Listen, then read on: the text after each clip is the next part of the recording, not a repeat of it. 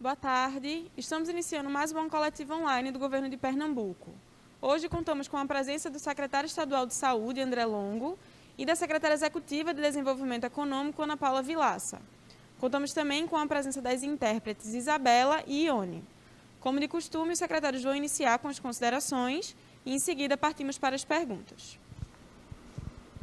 Bom, boa tarde, Camila, boa tarde, Ione, Isabela, boa tarde especial aqui para a doutora Ana Paula Vilaça, nossa secretária executiva de Desenvolvimento Econômico. Uma boa tarde a todas e todos. Como já vimos ressaltado na semana passada, Pernambuco vive um momento muito delicado em relação à pandemia da Covid-19, já que temos observado uma grande demanda por leitos, que já está superando, inclusive, a capacidade de nossas redes de saúde, tanto pública como privada, absorverem todos os doentes, gerando filas. Na análise da semana 21, ficamos no mesmo patamar de casos graves da semana anterior, com a notificação de 1.975 casos graves suspeitos. Na primeira macro, estamos em um platô com números ainda muito elevados de casos graves. No Agreste, especialmente na segunda macro e parte da segunda GERES, nós conseguimos interromper a aceleração exponencial e os indicadores ficaram estáveis, mas a região continua gerando muitos doentes graves, pressionando toda a rede de saúde.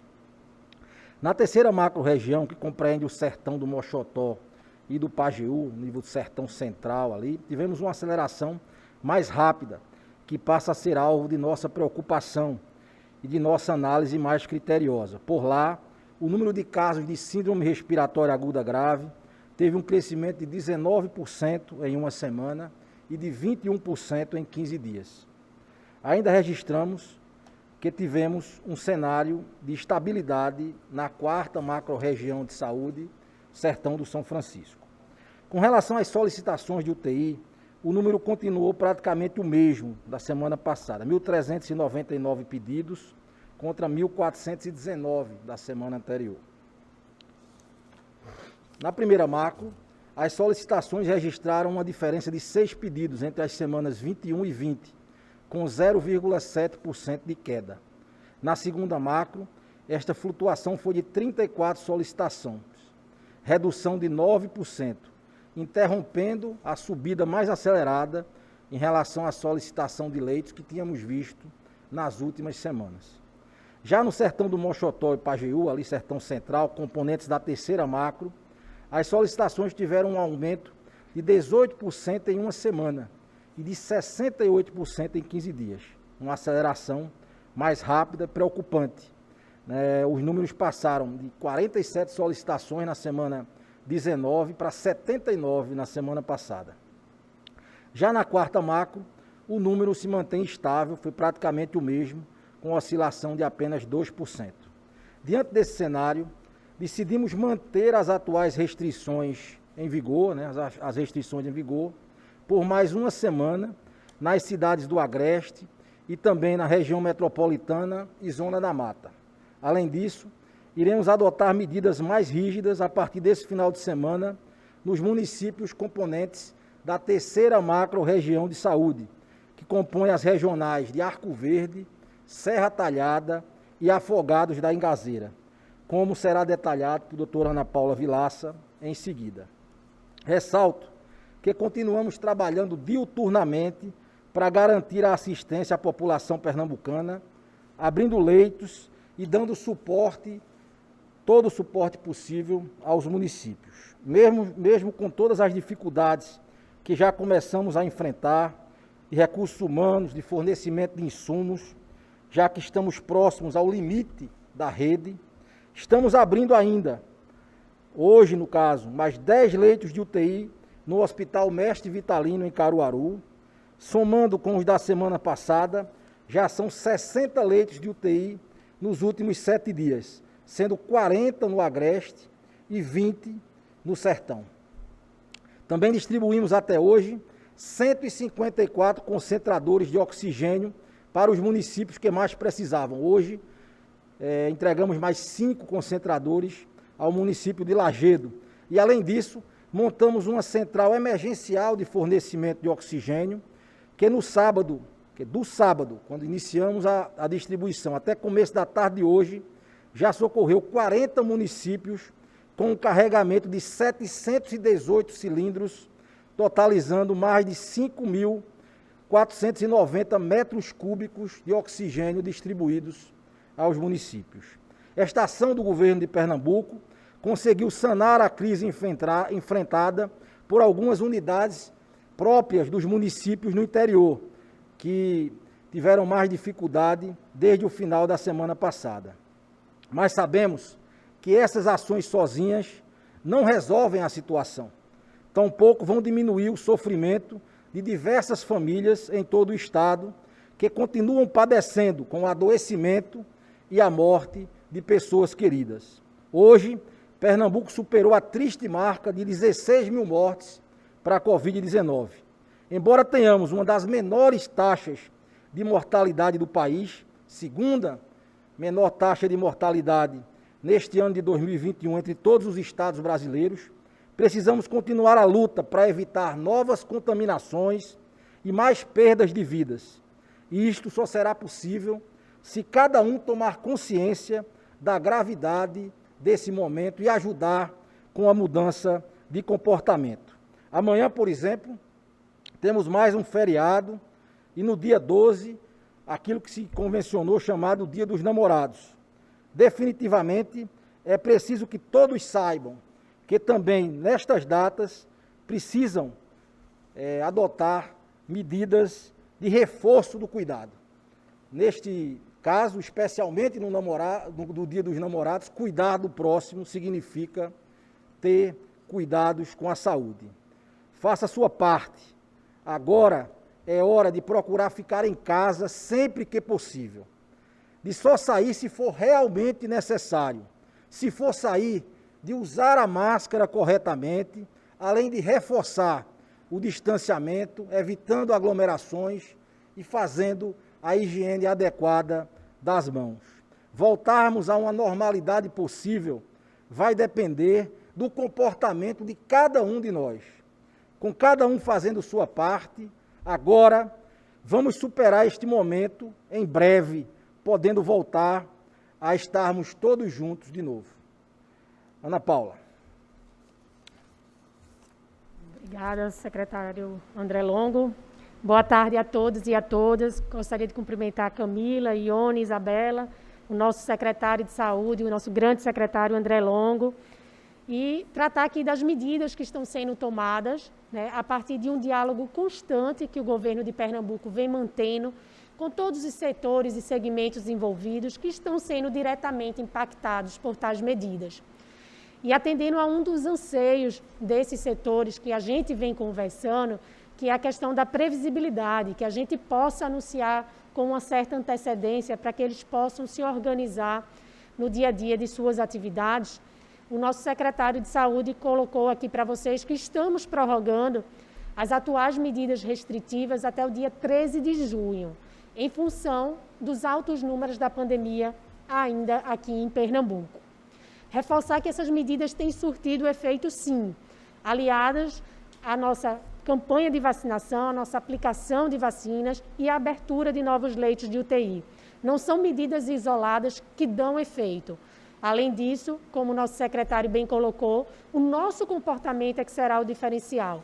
Não adianta termos um decreto, um plano de convivência, se a gente não cumprir, se a gente não fizer a nossa parte de usar a máscara o tempo inteiro e da forma correta, de respeitar as regras de distanciamento social, de evitar aglomerações, principalmente em datas especiais como o Corpus Christi, como o Dia dos Namorados. Então, a gente tem que entender que é um momento ainda muito delicado e, por isso, estamos mantendo algumas medidas nas diferentes regiões do Estado e ampliando para algumas regiões que apresentaram um processo de aceleração, como é o caso da macro-região 3. Gostaria também de ressaltar que trata-se de um plano de convivência, que ele pode ser revisto a qualquer momento. Se houver uma piora, que nós acompanhamos em tempo real esses números da saúde, número de casos da síndrome respiratória aguda grave, número de óbitos, demandas de leitos de UTI, ocupação dos leitos de UTI. Então, a partir desses dados, um comitê multidisciplinar avalia a necessidade de medidas pontuais, cirúrgicas e diferentes de acordo com cada região do estado de Pernambuco. Havendo uma melhora, uma sinalização de uma desaceleração, de uma queda, esse plano também pode ser revisto a qualquer momento e novas medidas anunciadas. Por enquanto, o que nós temos são a prorrogação das medidas vigentes para a macro 1 e 2 até o dia 13 de junho. Na macro 2, é o fechamento das atividades sociais e econômicas durante os dias de semana e nos finais de semana, além da GERES 2, que faz parte da macro 1. Então, são 65 municípios que têm medidas restritivas mais severas durante os dias de semana e nos finais de semana também. E na macro região 1, que compreende a região metropolitana do Recife, as medidas são para os finais de semana, permanecendo as restrições quanto à capacidade de carga reduzida e horário de funcionamento das atividades, como, por exemplo, o comércio e serviços de modo geral, funcionando das 10 da manhã até as 20 horas durante os dias de semana e permanecendo fechado nos finais de semana. Gostaria de aproveitar esse momento para esclarecer que o governo de Pernambuco decretou ponto facultativo para amanhã, Corpus Christi. Apenas atividades essenciais dos serviços públicos estarão em funcionamento, mas as demais atividades de comércio, serviços, clubes, praia, seguirão os protocolos com seus horários, com suas cargas reduzidas de dias de semana. Então, essas atividades, amanhã, quinta-feira, estarão em funcionamento. Uma alteração importante nesse novo plano é a inserção da macro-região 3, em função desses números da saúde que foram demonstrados pelo secretário André Longo, que passam, a partir desse próximo final de semana e do final de semana do dia 12 e 13 de junho, a ter limitação também no funcionamento de suas atividades. A macro-região 4 permanece com o funcionamento das atividades durante os dias de semana e finais de semana, com restrição na capacidade de carga e no horário de funcionamento.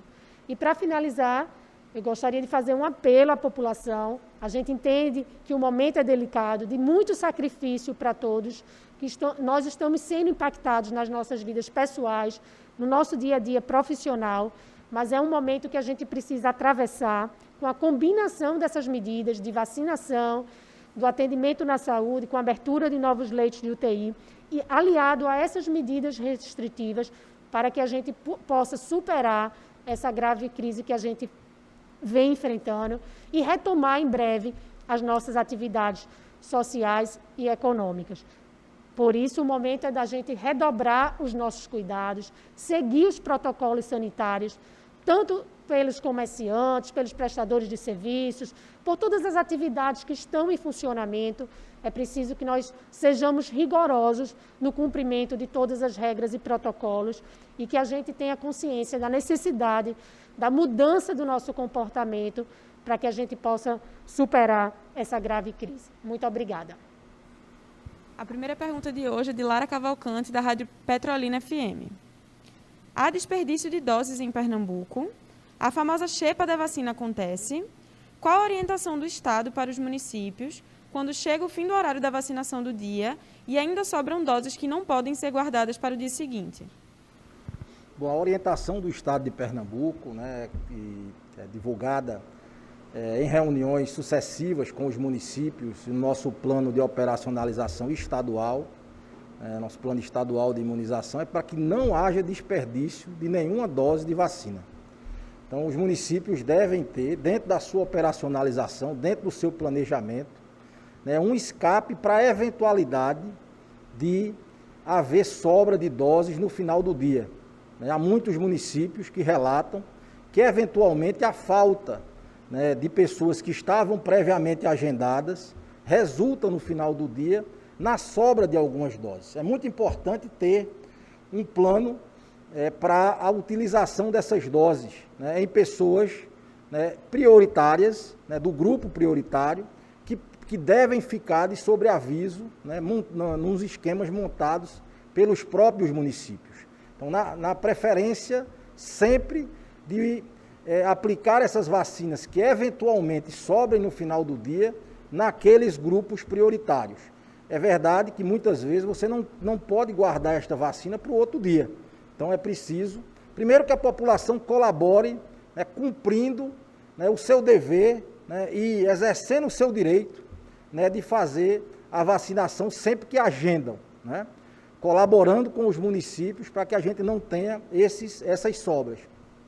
Mas havendo essas sobras, a orientação do Estado para os municípios é de que vacinem sempre que possível os grupos prioritários.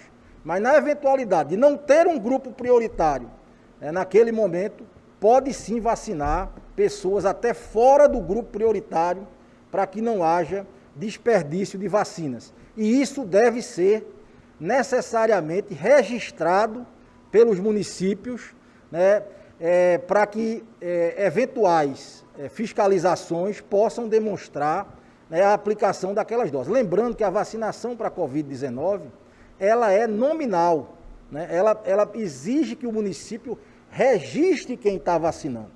Então, não deve ser corriqueiro, né, situações como essa de aplicar vacinas em pessoas que não sejam dos grupos prioritários no final do dia. Isso demandaria, né, um diagnóstico de falta de planejamento. Então, cada município precisa se organizar para aplicação, mesmo dessas sobras, nos grupos prioritários que devem estar sendo mobilizados nos municípios para isso. Carlos Madeiro, do UOL. Secretários de Saúde do Agreste relatam que a Central de Regulação tem adotado um score para definir prioridades de quem terá leito de UTI. Queria saber mais detalhes do critério que está sendo adotado. Bom, esse score ele já existe há muito tempo, né? Existem vários scores de gravidade, né, e de viabilidade de pacientes que podem ser utilizados em situações em que você tem uma oferta menor do que a demanda em termos de leitos, sejam leitos de terapia intensiva, sejam leitos de enfermaria. Pessoas que estão na fila precisam ser criteriosamente avaliadas para a utilização desses leitos. Obviamente, né, o critério mais elementar é o critério da gravidade. Então, se eu tenho um paciente, né, que está necessitando, por exemplo, de ventilação mecânica, ou seja, aquele paciente que precisa estar entubado e com assistência ventilatória mecânica, desde que ele tenha condições de remoção, ele é a prioridade absoluta, porque ele estará sempre melhor num ambiente de terapia intensiva. Então, esse paciente, ele passa a ser aquele paciente no critério de maior agilidade, no sentido de remoção para um leito de terapia intensiva. E assim você vai escalonando esses pacientes, porque por vezes você tem pacientes, todos estão sendo assistidos, né, naquelas unidades de entrada do sistema, seja uma unidade de pronto atendimento, seja uma policlínica municipal, ali eles estão sendo assistidos. Muitos desses pacientes, por exemplo, estão demandando níveis baixos de oxigênio, como, por exemplo, um catéter nasal, mas tem ali a indicação de terapia intensiva. Outros estão em máscara, outros estão entubados. Então, nesse processo, são levados em conta os quadros clínicos que estão apresentados, é feita uma avaliação médica, né, pela equipe da Central de Regulação para escalonar a entrada desses pacientes no sistema hospitalar de leitos. Pernambuco tem uma das maiores redes de terapia intensiva do Brasil, né, a maior rede de terapia intensiva do Norte, Nordeste e do Centro-Oeste, mas infelizmente por conta dessa demanda excessiva das últimas semanas, especialmente no Agreste, é preciso que se diga, que os pacientes do Agreste estão transbordando para a terceira macro, estão transbordando para a primeira macro também, né? Isso tem gerado uma maior dificuldade na administração dessa fila. Mas a gente tem buscado garantir assistência, né, com essa grande rede que nós temos, e isso tem feito diferencial no tocante à mortalidade, tanto que Pernambuco tem hoje uma das menores mortalidades do Brasil, por conta da sua grande rede, da sua capacidade de absorção de pacientes. Mas tudo tem limite, e é por isso que a gente precisou, né, restringir mais as atividades sociais e econômicas nas últimas semanas para conter a geração de pacientes graves. Nós precisamos atuar fundamentalmente nesses momentos, restringindo a circulação de pessoas, restringindo a circulação, portanto, viral, reduzindo os níveis de contaminação, de geração de doentes graves que precisam, então, de leitos de terapia intensiva e de enfermaria. Por exemplo, as medidas adotadas no Agreste, mais rígidas nesse momento, já começam a fazer efeito. Ainda não temos uma redução que nós gostaríamos, mas já freou aquela aceleração maior que nós víamos nas últimas 2, 3 semanas. Então, nós interrompemos a aceleração exponencial. Precisamos aí de mais uma semana, acreditamos, né, com a participação da população, com a participação da sociedade, para a gente poder reduzir ainda mais esses níveis de contaminação lá, reduzindo a geração de doentes graves. Então, quanto menos doentes graves nós temos, mais fácil é a administração desta fila de terapia intensiva e fila por leitos.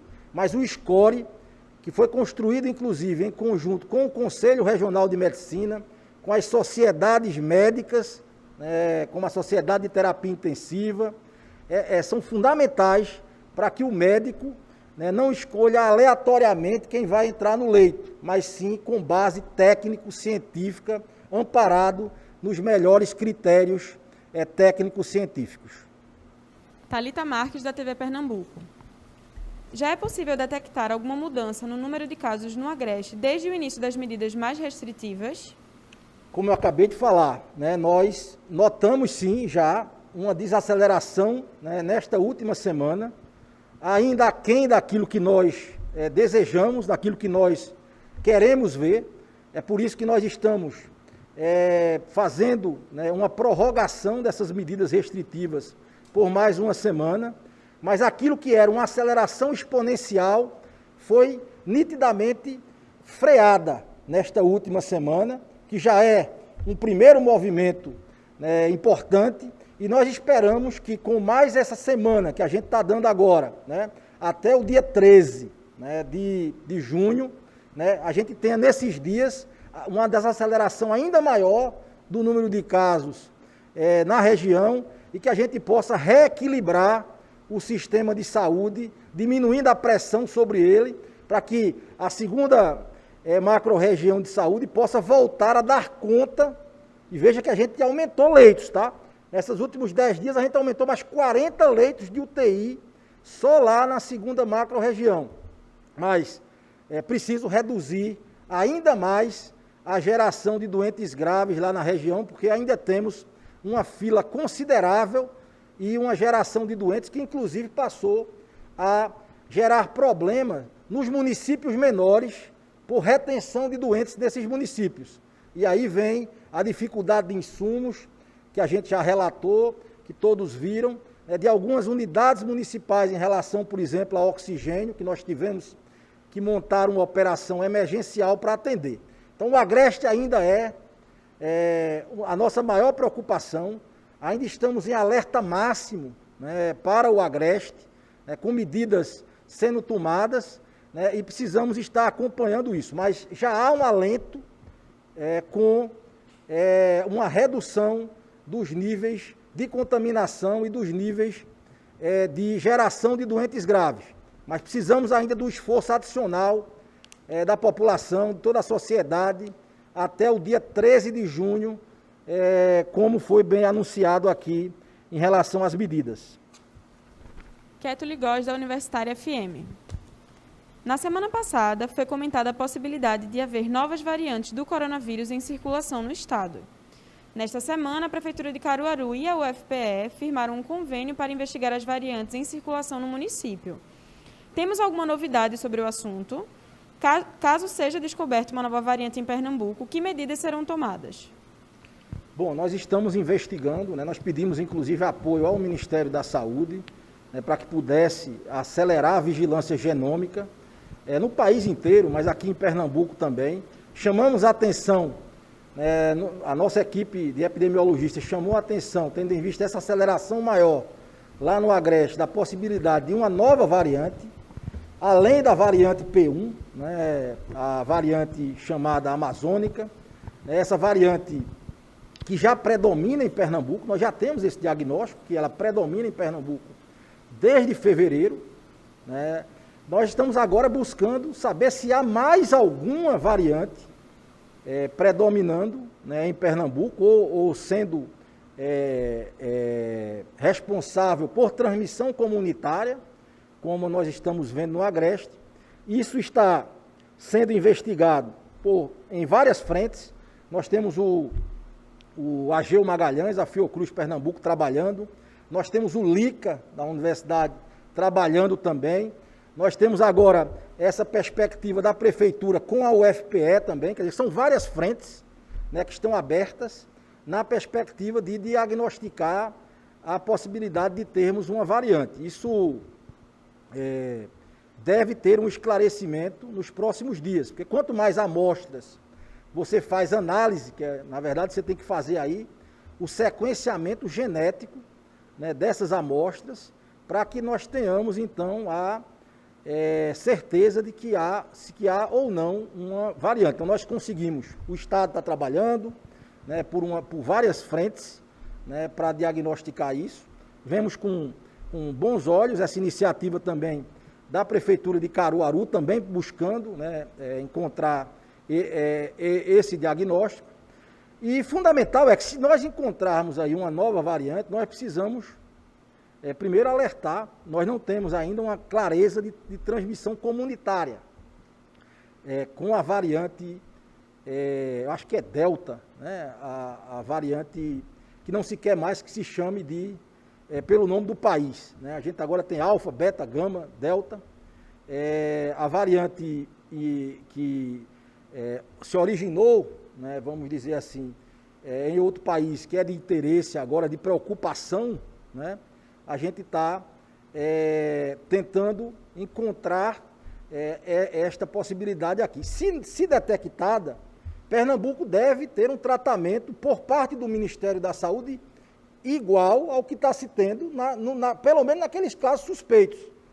Veja, nós pedimos, diante dessa aceleração do Agreste, nós pedimos ao Ministério da Saúde o envio de 500 concentradores de oxigênio.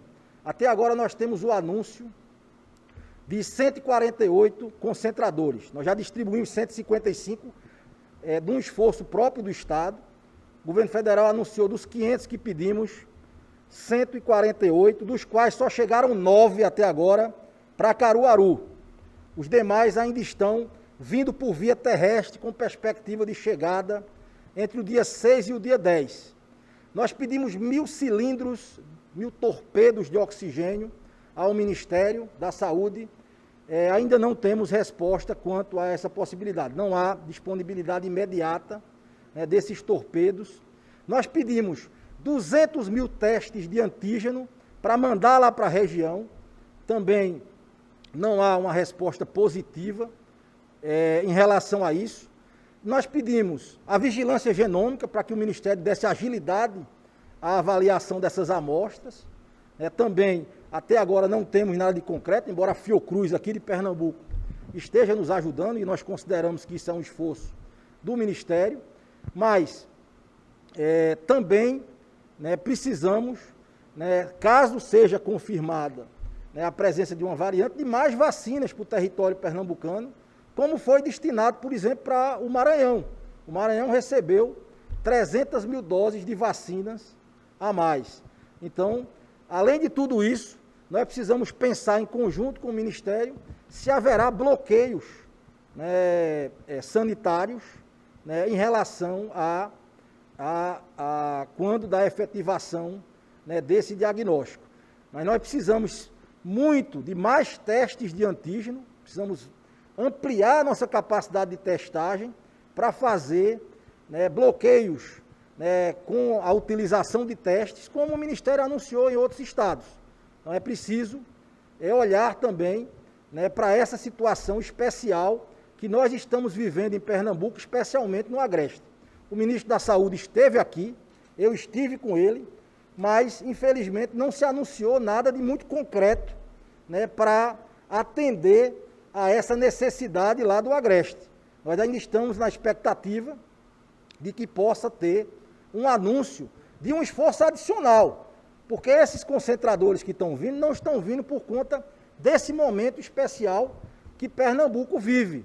Da mesma forma, testes de antígeno, foram 600 mil testes de antígeno, por exemplo, para o Maranhão, e para Pernambuco está previsto uma chegada de algo em torno de 84 mil testes, mas não há um tratamento, não há nesse momento nenhum esforço adicional, né, por parte do Ministério para entender o momento mais delicado que nós vivemos no Agreste. A gente reconhece, né, a solidariedade do ministro que esteve aqui, mas como ele mesmo disse, ele veio demonstrar solidariedade, a gente admira o gesto, mas a gente está precisando de medidas concretas, né, para melhorar a situação da população de Pernambuco e do Agreste.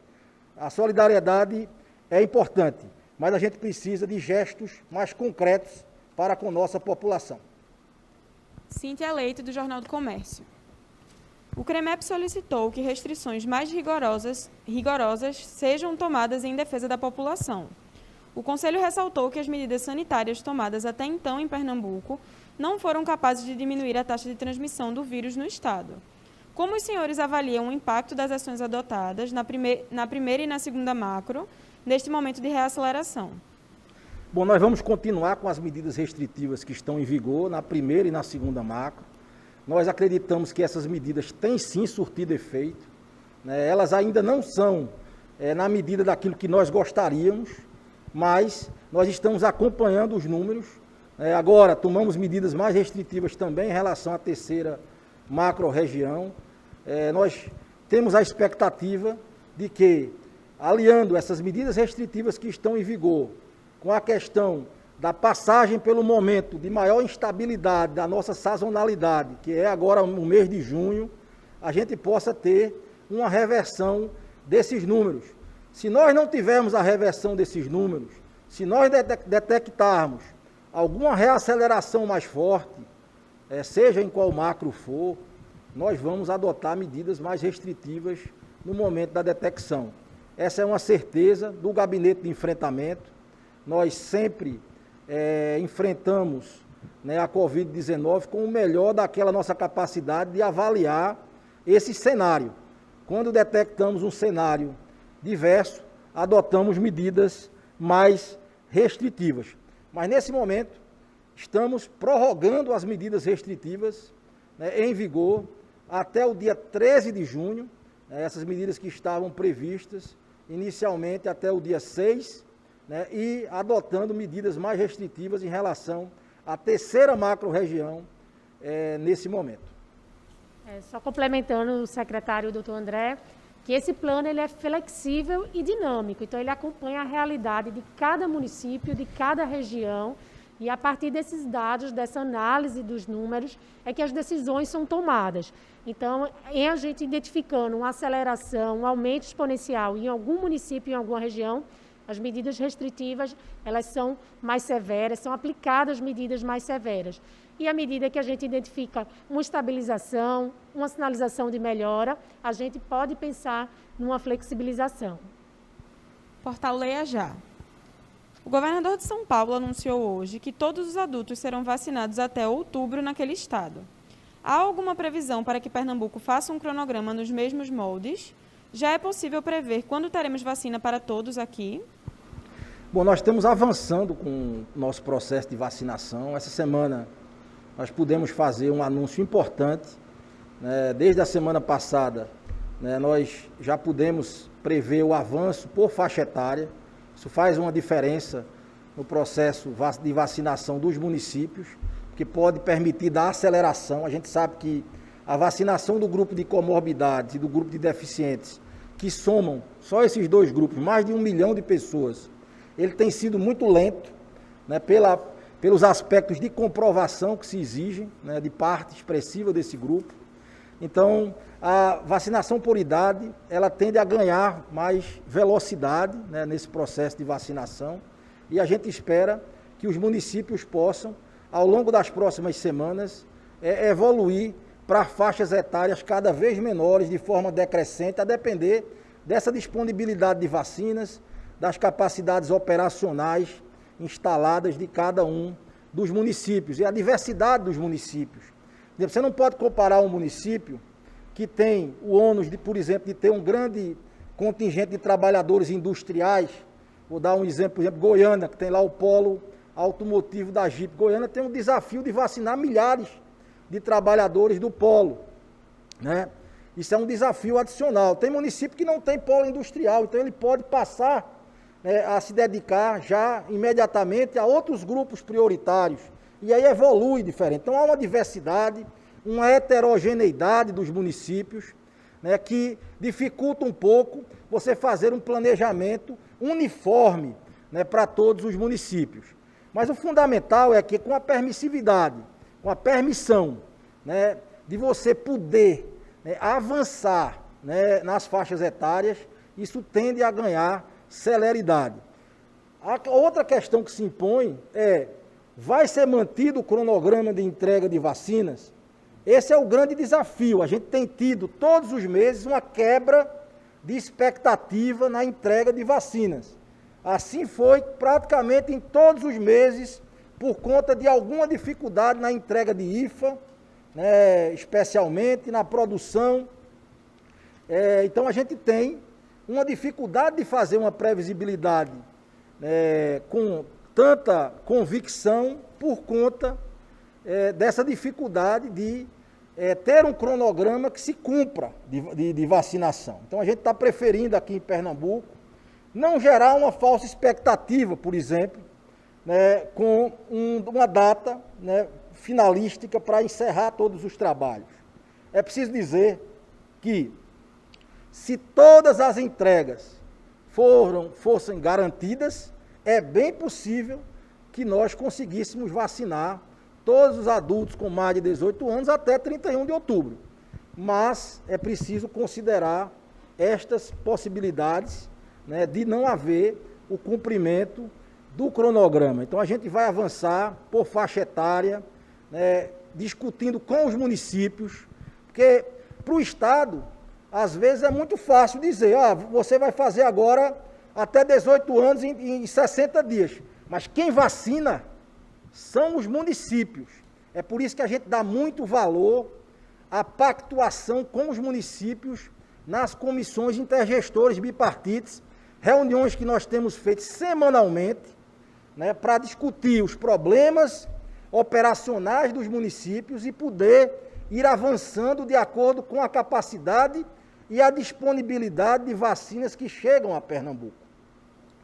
Então, nós não vamos fazer, nesse momento, nenhuma previsão, né, mais elástica, sem haver uma combinação, né, com os municípios pernambucanos, que estão num esforço muito grande, além de combater a pandemia, de fazer o combate assistencial à pandemia, também no combate de prevenção e com a missão de estar vacinando de forma mais rápida a população.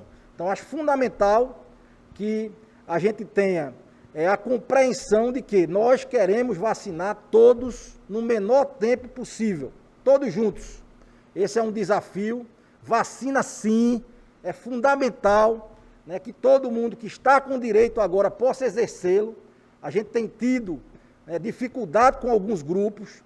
Quem tem, por exemplo, a sua segunda dose, né, já agendada, não deixar de comparecer aos postos de saúde, né, para fazer a sua vacinação, né, dentro do seu agendamento. A gente tem perdido, né, algumas pessoas, né, que já deviam ter tomado essa segunda dose, né, mesmo tendo disponibilidade de vacinas, né. Então, a gente tem um caso à parte, que é o caso da Coronavac, que ainda deve chegar para complementar algumas vacinas que faltaram, mas a gente precisa aproveitar esse processo de vacinação e se vacinar sempre que tiver dentro do seu grupo prioritário. A última pergunta é de Pedro Alves, do G1. Apesar da suspensão de cirurgias eletivas em todo o estado, a rede particular não fez, desde o início da pandemia, aumentos expressivos no número de leitos dedicados à Covid. O estado fiscaliza essa suspensão e já fez, em algum momento, requisição administrativa de leitos em hospitais privados?